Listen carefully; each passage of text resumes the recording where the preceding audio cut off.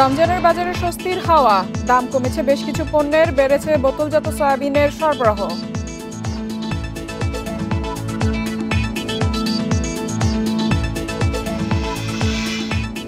চাহিদার চেয়ে 17 লাখ টন বেশি গরুর মাংস উৎপাদন, আমদানি হলে 500 টাকা কেজি বিক্রি সম্ভব দাবি ব্যবসায়ীদের।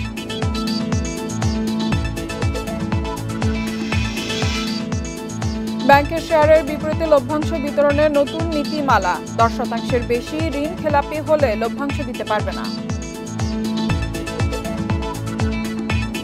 এই ঈদে জামা জুতো অ্যাক্সেসরিজের ডিসকাউন্ট। রমজানের বাজারে স্বস্তির হাওয়া, দাম কমেছে বেশ কিছু পণ্যের, বেড়েছে বোতলজাত সয়াবিন তেলের সরবরাহ, কেজিতে 40 থেকে 50 টাকা কমেছে মুরগির দাম। তবে ঢেঁড়স সহ বেশ কয়েকটি সবজির দাম চড়া। রমজানের দ্বিতীয় সপ্তাহের বাজারে বরাবরের মতো ক্রেতার ভিড়। তবে গত এক সপ্তাহে বেশ কিছু পণ্যের দাম কমেছে, যা এখনও স্বস্তি দিচ্ছে ক্রেতাদের। বিশেষ করে ছোলা, চিনি ও ডিমের দাম বেশ কমে এসেছে। স্থিতিশীল চিড়া, মুড়ি, গুড়ের দাম।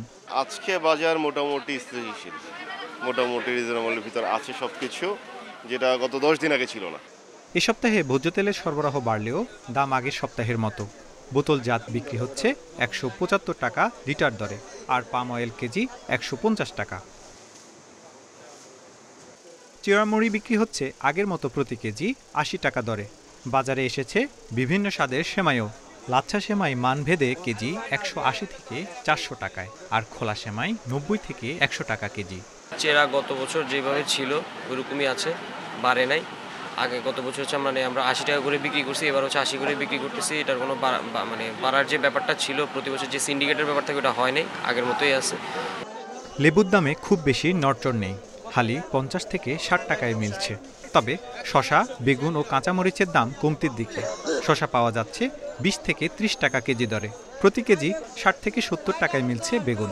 তবে ঢেঁড়স, পটল, বরবটি সহ বাজারে নতুন আসা সবজির দাম বেশ বাড়তি। ঢেঁড়স 100 থেকে 120, পটল 100 এবং বরবটি 90 থেকে 100 টাকায় বিক্রি হচ্ছে। লেবুর দামটা অনেক কমে গেছে এবং অন্যান্য মরিচের দাম এখন 40 টাকা কেজি, ভালোটা 30 টাকা 40 টাকা। আলুর দাম কমে গেছে। মুরগি কিনলাম আমি 250 টাকা কেজি। ক্রেতারা বলছেন এবারের রমজানের বাজারে নিত্যপণ্যের দাম বেশ কমে এসেছে, যা আগের বছরগুলোতে দেখা যায়নি। তবে পণ্যের সরবরাহ এবং দাম আগামীতেও যাতে স্বাভাবিক থাকে, সেজন্য বাজার তদারকি বাড়ানোর তাগিদ সংশ্লিষ্টদের। Tareq Hossain, independent news, Dhaka. গরুর মাংস বিক্রি হচ্ছে 780 টাকা কেজি দরে। প্রাণী সম্পদ অধিদপ্তরের হিসেবে বছরে মাংসের চাহিদা 76 লাখ টন, আর দেশের খামারে উৎপাদন হচ্ছে 92 লাখ টন। খামারিরা বলছেন পশুর খাবার ও উৎপাদন খরচ বেশি হয়, মাংসের দাম কমছে না। আমদানিকারকরা জানান মাংস আমদানি করা হলে 500 টাকা কেজিতে দেয়া সম্ভব, তবে আমদানিতে আগ্রহী নয় অধিদপ্তর। গত 10 বছরে দেশে গরু বেড়েছে 14 লাখ, তারপরও মাংসের দাম বেড়েছে 150% বেশি। এখন 1 কেজি গরুর মাংস বিক্রি হচ্ছে 780 টাকা দরে। উৎসব আসলে দাম আরও বাড়ে। যদি হিমায়তের মাংসটা ওপেন করে দেওয়া যায় তাহলে আমাদের কিন্তু ভোক্তাদের আরেকটু সুবিধা হবে। এই বিষয়টা নিশ্চয়ই সরকার নজর দেবে, এটা আমাদের প্রত্যাশা। দাম নিয়ন্ত্রণে হিমায়িত মাংস আমদানি করতে চান ব্যবসায়ীরা। তাদের দাবি, ভারত, পাকিস্তান ও ব্রাজিল থেকে আমদানি করলে দাম পড়বে সর্বোচ্চ 500 টাকা কেজি। বিষয়টি বিবেচনার জন্য সরকারকে চিঠি দিয়েছে আমদানিকারক সমিতি। প্রিমিয়াম কোয়ালিটির মাংস বলেন সর্বোচ্চ 500 টাকা হবে। অনেকগুলো চ্যানেল পার হয়ে ভোক্তার কাছে যেতে ভোক্তা 500 টাকায় পেয়ে যাবে। আর বিভিন্ন ধরনের মাংস আছে, বিভিন্ন ধরনের কাট আছে, অফল আছে। অফল যেগুলো আমরা কলিজা বা হার্টস, কিডনি, মাথার মাংস, পায়ের মাংস, সেগুলো 200 টাকার নিচে পেয়ে যাবে। তবে মাংস আমদানির বিপক্ষে খামারিরা, কারণ চাহিদার তুলনায় 17 লাখ টন মাংস বেশি উৎপাদিত হচ্ছে দেশেই, কিন্তু দাম কমানো যাচ্ছে না, কারণ গোখাদ্যের দাম অনেক বেশি। তারপরও মাংস আমদানিতে রাজি নয় অধিদপ্তর। আমাদের দেশে এখন আমরা মাংসই স্বয়ংসম্পূর্ণ, প্রত্যেকটা বাড়িতে হাঁস, মুরগি, গরু, ছাগল সবকিছুই আছে। তারপরে এখন যদি আপনারা মাংস আমদানি করার প্রস্তুতি নেন তাহলে তো আমরা মাঠে মারা যাব। ফ্রোজেন মাংস আমদানি কিছুটা নিরুৎসাহিত করি এই কারণে যে আমাদের দেশে 2 থেকে 3টা গবাদি পশু পালে এরকম প্রায় 18 লক্ষ হাউস হোল্ড আছে, আর এই কুরবানিকে কেন্দ্র করে আমাদের 7 লক্ষ খামারি আছে। তো বাংলাদেশে গবাদি পশুর সরবরাহটা আমরা বলতে চাই যে আমাদের যে ন্যূনতম চাহিদা 120 গ্রাম, এই চাহিদা পূরণে আমরা স্বয়ংসম্পূর্ণ। 2022 সাল থেকে মাংস আমদানি করতে প্রাণী সম্পদ অধিদপ্তরে অনুমতি নিতে হয়, তারপর আর বিদেশ থেকে মাংস আসেনি। Shahid Ahmed, independent news, Dhaka. বেসরকারি ব্যাংকগুলোর শেয়ারের বিপরীতে লভ্যাংশ বিতরণে নতুন শর্ত আরোপ করে নীতিমালা জারি করেছে বাংলাদেশ ব্যাংক। নতুন নীতিমালায় যেসব ব্যাংকের খেলাপি ঋণের পরিমাণ 10% তারা লভ্যাংশ দিতে পারবে না। পাশাপাশি যেসব ব্যাংকের আর্থিক ভিত্তি মজবুত রয়েছে তারা কি পরিমাণ লভ্যাংশ দিতে পারবে তারও নীতিমালা করে দিয়েছে কেন্দ্রীয় ব্যাংক। নতুন এই নীতিমালা চলতি 2025 সালের 31 ডিসেম্বর সমাপ্ত হিসাব বছরের লভ্যাংশ ঘোষণার ক্ষেত্রে ব্যাংকগুলোর জন্য প্রযোজ্য হবে। অর্থাৎ 2026 সালে যে লভ্যাংশ দেওয়া হবে সেক্ষেত্রে প্রযোজ্য হবে। তবে নিরাপত্তা সঞ্চিত সংরক্ষণের ব্যর্থ যেসব ব্যাংক বিলম্ব সুবিধা নিয়েছে তারা চলতি বছরে কোনো লভ্যাংশ দিতে পারবে না। এছাড়া খেলাপি ঋণ ও বিনিয়োগের হার মোট ঋণ ও বিনিয়োগের 10% বেশি হলে লভ্যাংশ দিতে পারবে না। তবে ঘোষিত লভ্যাংশের পরিমাণ কোনোভাবেই পরিশোধিত মূলধনের 30% বেশি হবে না।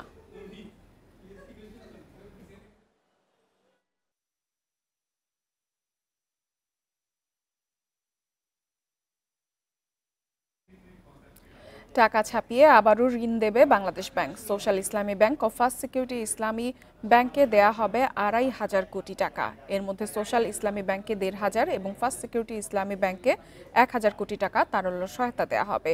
এর আগে গত নভেম্বরে 6টি ব্যাংকে 22,500 কোটি টাকা ঋণ দেওয়া হয়। পরে জানুয়ারিতে আরও 4,910 কোটি টাকা দেওয়া হয়। সব মিলিয়ে 5 আগস্টের পর থেকে দুর্বল ব্যাংকগুলোকে 29,410 কোটি টাকা ছাপিয়ে ঋণ দিয়েছে কেন্দ্রীয় ব্যাংক। এদিকে ব্যাংকগুলোকে তারল্য সহায়তা দেয়ায় মূল্যস্ফীতিতে যেন ব্যাপক মাত্রায় প্রভাব না পড়ে সেজন্য ট্রেজারি বিল ও বন্ডের পাশাপাশি বিলের মাধ্যমে বাজার থেকে উদ্বৃত্ত টাকা তুলে নিচ্ছে কেন্দ্রীয় ব্যাংক।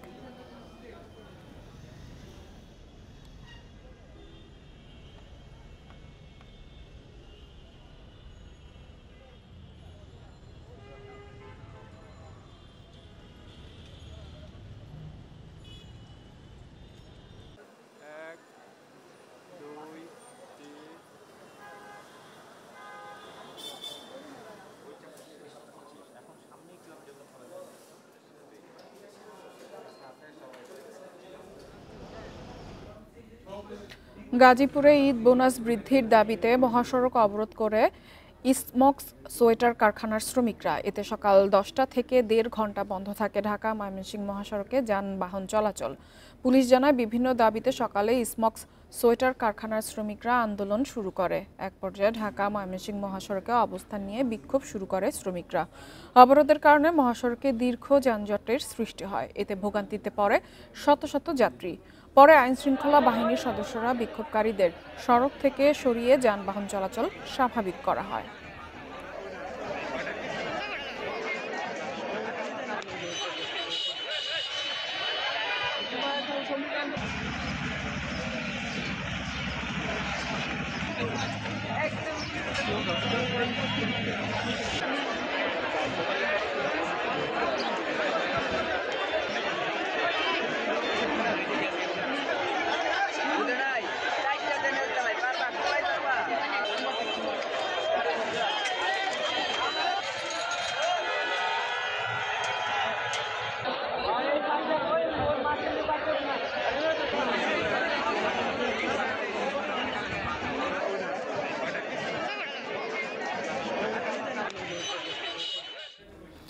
আর এই ছিল অর্থনীতি সারাদিনের আজকের আয়োজনে। ইন্ডিপেন্ডেন্ট টেলিভিশনের সব খবর আরও জানতে চোখ রাখুন ফেসবুক, ইউটিউব এবং এক্সে। আমন্ত্রণ আমাদের পরবর্তী